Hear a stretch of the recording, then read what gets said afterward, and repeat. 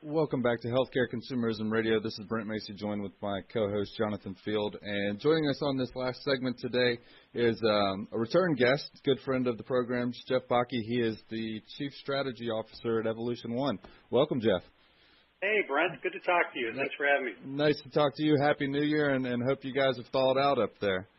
Likewise, it's been tough. Very cold this week, but we're pleased to be seeing 30 degrees. That's how bad it's been. All right. Well, I hope the warm weather comes quickly for you guys. Now, tell me, I know, you guys have been in the industry a long time with Evolution1, and kind of give our audience just a real quick overview on Evolution1, and then we'll dig a little bit deeper. Yeah, you bet. Evolution1 is really the leader in the consumer-directed health technology space, and we provide a combination of cloud-based technology that provides the servicing functions in the consumer portals, employer portals, phenomenal mobile product, and all the card payment solutions and technologies needed to operate consumer-directed health plans, defined contribution plans, wellness plans, and other account-based products. That's great. Now, on this segment, what we really want to focus on is, I know you all have, you actually did a research study through the institute that you all have, the 2013 Healthcare Benefits Trends Benchmark Study, and you guys have some findings that were pretty telling in that study, correct? Yeah, it's interesting. We work with our partners at Evolution1, and we wanted to provide an additional kind of a resource and really help further the work that the Institute for Healthcare Consumerism does and provide some data points. We've been providing benchmark information for partners, et cetera, and we kind of wanted to stand up a capability and reach out to the market, specifically employers, and try to get some data points that would help our partners and others in the market get a better sense of where things are going. So the Health Trends Institute was formed, and it really is led and overseen by a very diverse group. I happen to be on the advisory board, but it's made up of a very strong set of folks that are cross industry and outside of Evolution1, and I'll get into that a little bit more later. But the findings and the focus of the study was on what are employers thinking about right now? Where are they going? What is the impact of ACA on their mindset? What kind of benefit programs are they looking at? In particular, where does defined contribution and private exchanges fit in their plans going forward? So there's some pretty interesting findings, and I'd be glad to share more specifics on that. Yeah, I think the private healthcare exchange is that market's red hot, defined contribution. So the study, just so our audience, the study was done with outside groups, employers, some of your partners, and some of the main topics you mentioned. What were some of the key findings of the study, and was there anything that really jumped out to you and surprised you that was revealed in the study? Yeah, lots of data points, and I'll give you numbers here. And I apologize, I love this data, and it really is useful information, and so I'll give you lots of numbers here. But over 95% offering employee benefits today, and it's a pretty diverse cross-section of employers. There was more than 300 benefits decision makers involved in this, and it's a good cross-section.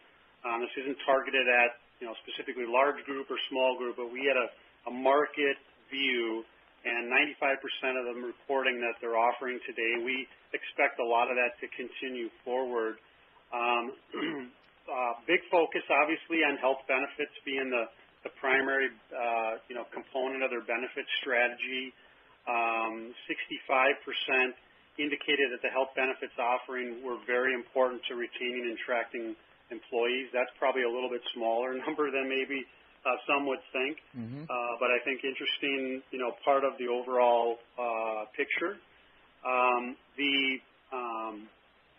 The need for what we call multi-account in our CDH lens couldn't be more critical right now, because a lot of these employers, a third of them offering multiple benefit designs, 3 or more different group plan options, and having the right account structures to go along with those in a CDH and a FSA mindset, obviously very critical. So we were interested in that. 34% offering only one group plan, and then another third, it's basically a third offering 2 group health plan options. We anticipate, the advent of private exchanges obviously moving that choice model up over time. But it's a nice baseline to say today that a third of employers have a single health plan, a third have 2, and a third have 3 or more. And again, the more private exchange focus, the more likely that's going to grow in terms of the number of different offerings that are out there. About 60% indicated they were very familiar with defined contribution plans. That was a surprise. I think we would all say that the shift to defined contribution is in its first inning. Maybe they're overconfident about what they know about that, but that was a big number. 56%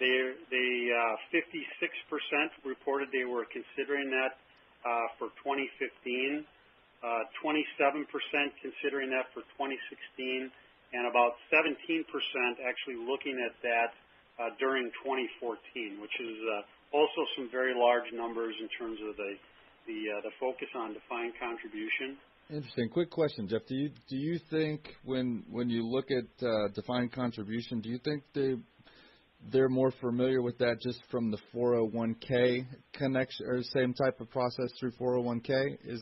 Could that maybe be why the familiarity is a little higher?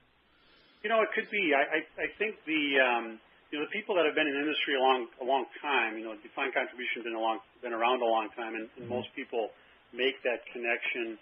I think the benefits world, there's varied levels of sophistication around that. Mm-hmm. I've been using that term for 20 years, and I think it's mostly meant 401k plans. And I think that it'll be interesting to see whether people are making that connection that way. There's some very big differences in the health plan defined contribution model from the way 401ks work. And so conceptually, I'd say it's reasonable because of that familiarity with 401ks to say that they know what it means, what the term means. I think the knowledge of how those plans work, all those kinds of things, just like in the CDH world, as you know very well, Brent, you can kind of understand accounts, but understanding how total consumer-directed benefits and consumerism and adoption and transparency, these are much more complex and detailed topics that I believe the employer community is yet to learn. Mm-hmm. What were did you have some other findings in the study? Yeah, another interesting one, and dovetailing off your conversations with MasterCard a little bit, 61% of companies offer at least one wellness program. I think that a lot of folks would say that the wellness market is still early and it's formulating, and employers are trying things. It's actually getting to be a more mature space, and some of these things vary from simple programs to some very elaborate and complex and move the needle on the health side types of programs. But I was surprised at the number 61% offering at least one wellness program, and then 43% of those are actually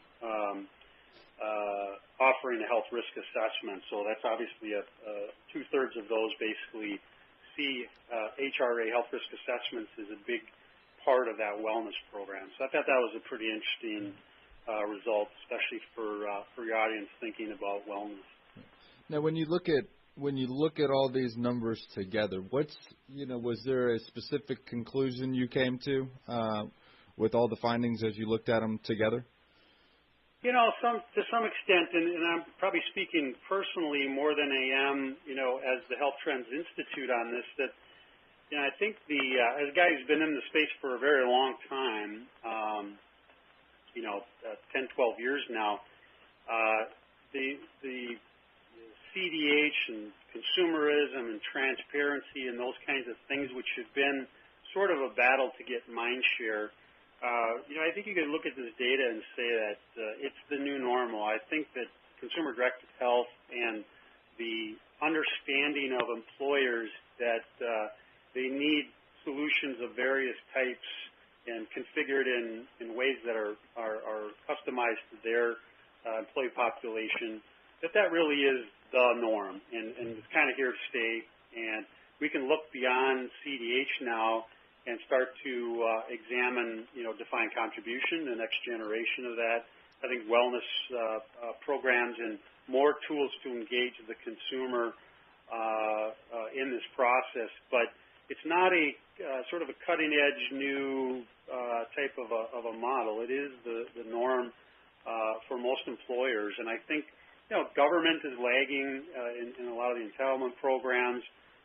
Some unions are doing some very progressive things, but I think for the general employer population, one can conclude that, there's plenty left to do, certainly for our business and our partners in the CDH world, but it's not a new concept any longer. I think you could say that pretty confidently based upon these results. Now, Jeff, we got about a minute left in the program today. Kind of give our audience an idea, if they want to obtain this study, what's the cost to do that, and then, where can they actually find the report to purchase it? Yeah, excellent. The best way to get it is healthcaretrendsinstitute.org, and I'm happy to say the cost is there's no cost. It's sponsored by the Healthcare Trends Institute. That's great. And Evolution1. It's a very interesting report and much more details on what I've got here. There's oversight from Sandra Domashevitz from Mercer, Shamil Smith from Kaiser Permanente, Roy Rantham, HSA Consulting Services, Sam Robinson from Microsoft, and Craig Silverstein from Paychex, as well as Chris Bird and myself from Evolution1. In terms of making sure that we're getting useful, interesting data out to our partners in the market. So if you're interested, just check out the website.